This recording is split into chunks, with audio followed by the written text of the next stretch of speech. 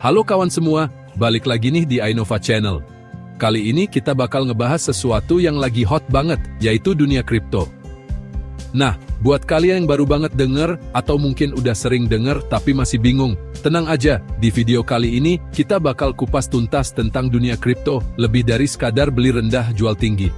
Serius deh, kripto itu luas banget, nggak cuma sebatas nunggu harga naik turun doang. Ada banyak banget elemen dan mekanisme seru yang bisa bikin kalian melek kripto, dan mungkin aja nemuin cuan di tempat yang nggak disangka-sangka. So, siapin cemilan dan minuman favorit kalian, duduk yang manis, dan ikutin terus video ini sampai habis. Karena setelah nonton ini, gue yakin kalian bakal lebih paham dan siap masuk ke dunia kripto dengan lebih pede. Gaskun! Trading itu kelihatannya simple. Beli kripto pas murah, jual pas mahal. Tapi kenyataannya, nggak semudah itu guys. Kalian harus paham pergerakan pasar, analisa grafik, dan siap mental. Fluktuasi harga bisa bikin deg-degan. Ada spot trading, futures, dan bot trading, semua punya risiko masing-masing. Ingat, trading itu bukan judi. Pelajari dulu, jangan asal ikut-ikutan. Nah, sekarang kita bahas yang lebih chill dan gak bikin deg-degan, yaitu staking. Bayangin aja, kalian punya duit nganggur di dompet, terus tiba-tiba duitnya nge-breed sendiri dan nambah banyak. Nah, kurang lebih kayak gitu konsep staking di dunia kripto. Jadi, kalian itu kayak nabung kripto kalian di platform tertentu, dan sebagai imbalannya, kalian bakal dapat bunga atau rewards. Lumayan kan? Rebahan dapat cuan? Tapi, gak semua kripto bisa di staking ya. Biasanya, kripto yang bisa di staking itu yang pakai sistem Proof of Stake, POS. Contohnya kayak Ethereum, Cardano, Solana, dan masih banyak lagi. Nah, setiap kripto punya mekanisme dan rewards yang berbeda-beda. Ada yang kasih bunga tetap, ada juga yang kasih rewards berdasarkan performa jaringan. Enaknya staking ini, risikonya relatif lebih rendah dibanding trading. Kalian nggak perlu pusing mikirin fluktuasi harga, cukup simpen kripto kalian dan biarkan mereka bekerja untuk kalian. Tapi, ingat ya, tetap aja ada risikonya, kayak platform staking yang tiba-tiba scam atau nilai kripto yang kalian staking anjlok. Makanya, penting banget buat riset dulu platform staking yang terpercaya dan pilih kripto yang punya fundamental kuat. Lanjut lagi guys. Kali ini kita bahas yang sedikit lebih kompleks, tapi menjanjikan cuan yang lumayan, yaitu liquidity pool atau LP. Singkatnya, LP ini kayak kalian jadi penyedia likuiditas di kolam aset kripto. Jadi, kalian masukin dua jenis kripto ke dalam pool, terus nanti orang-orang bisa tuker-tuker kripto di pool kalian. Nah, sebagai imbalannya, kalian bakal dapat fee dari setiap transaksi yang terjadi di pool kalian. Biasanya, LP ini ada di platform Decentralized Exchange, DEX, kayak Uniswap, PancakeSwap, dan SushiSwap. Nah, setiap platform punya mekanisme dan pairing aset yang berbeda-beda. Misal, di Uniswap kalian bisa pairing ETH dengan USDT, BTC dengan USDC, dan masih banyak lagi. Semakin banyak orang yang pakai pool kalian, semakin banyak fee yang kalian dapat.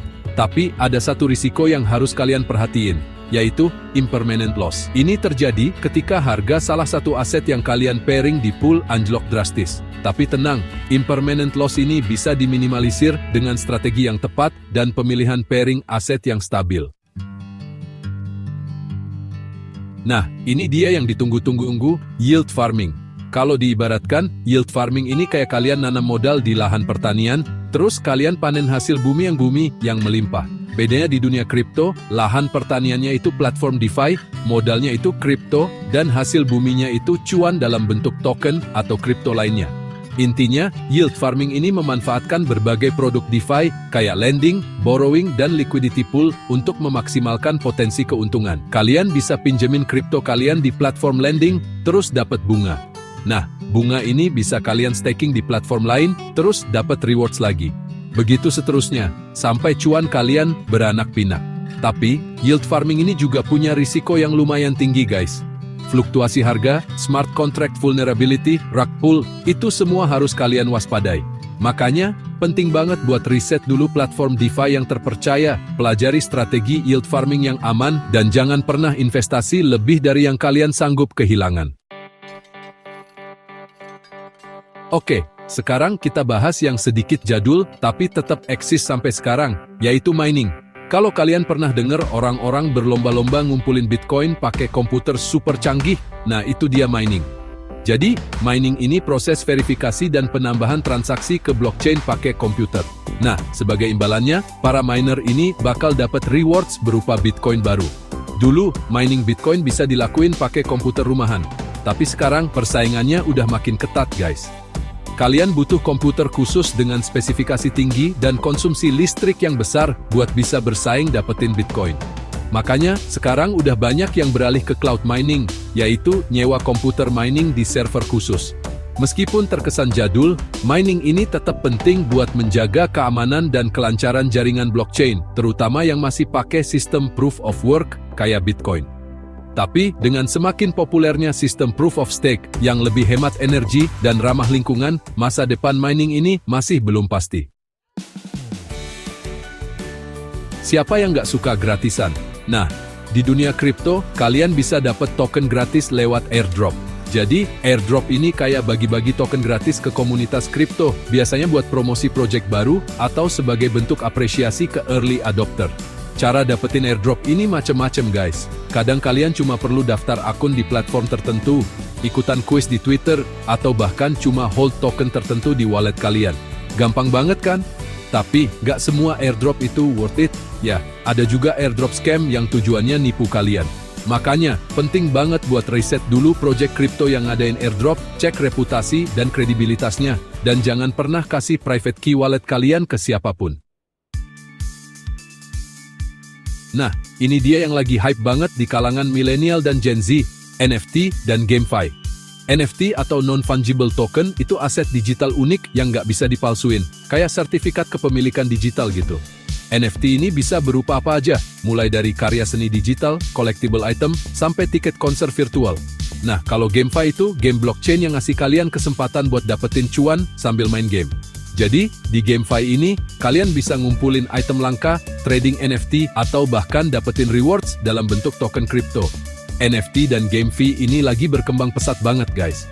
Udah banyak game blockchain seru yang bisa kalian coba, kayak Axie Infinity, The Sandbox, dan Decentraland. Siapa tahu, kan, hobi ngegame kalian bisa jadi ladang cuan. Lanjut lagi, guys. Kali ini kita bahas yang sedikit serius, tapi penting banget buat masa depan dunia kripto, yaitu DAO atau Decentralized Autonomous Organization. Singkatnya, DAO ini organisasi modern yang dijalankan secara terdesentralisasi di jaringan blockchain. Bedanya DAO sama organisasi tradisional itu, di DAO nggak ada hierarki atau pemimpin tunggal. Semua anggota punya hak suara yang sama dalam pengambilan keputusan. Nah, pengambilan keputusan ini dilakuin lewat voting token holder. Jadi semakin banyak token yang kalian punya, semakin besar juga pengaruh kalian di DAO. DAO ini punya potensi besar buat ngubah cara organisasi beroperasi. Dengan sistem yang transparan, akuntabel, dan demokratis, DAO bisa ngurangin korupsi, meningkatkan efisiensi, dan ngasih kontrol lebih besar ke anggotanya. Oke guys, kita udah sampai di chapter terakhir nih. Kali ini kita bahas tentang lending and borrowing di dunia kripto. Jadi kalau kalian punya kripto nganggur dan pengen dapat passive income, kalian bisa pinjemin kripto kalian di platform lending kripto kayak Aave atau Compound. Nah, nanti bakal ada orang yang minjem kripto kalian dengan bunga tertentu. Bunga ini yang bakal jadi passive income kalian. Sebaliknya, kalau kalian butuh dana darurat dan punya aset kripto, kalian bisa juga pinjam uang fiat dengan menjamin aset kripto kalian di platform borrowing. Lending and borrowing kripto ini bisa jadi solusi finansial yang menarik, terutama buat kalian yang butuh dana cepat atau pengen dapetin passive income dari aset kripto. Tapi, sama kayak produk DeFi lainnya, lending and borrowing ini juga punya risiko yang harus kalian perhatiin, kayak risiko likuidasi dan volatilitas harga aset. Gimana guys? Seru banget kan dunia kripto? Ternyata kripto itu luas banget, gak cuma sebatas buy and sell doang. Ada banyak banget cara buat dapetin cuan di dunia kripto, mulai dari trading, staking, yield farming, sampai NFT, dan GameFi. Nah, di video selanjutnya, bakal bahas lebih dalam lagi tentang strategi-strategi jitu buat memaksimalkan cuan di dunia kripto, kayak strategi LP, staking terbaik, atau farming multi-chain. So, stay tune. Jangan lupa tulis di kolom komentar topik apa lagi yang pengen kalian bahas di video selanjutnya. Dan buat kalian yang gak mau ketinggalan update seputar dunia kripto, jangan lupa subscribe Ainova Channel dan aktifkan tombol loncengnya. See you in the next video.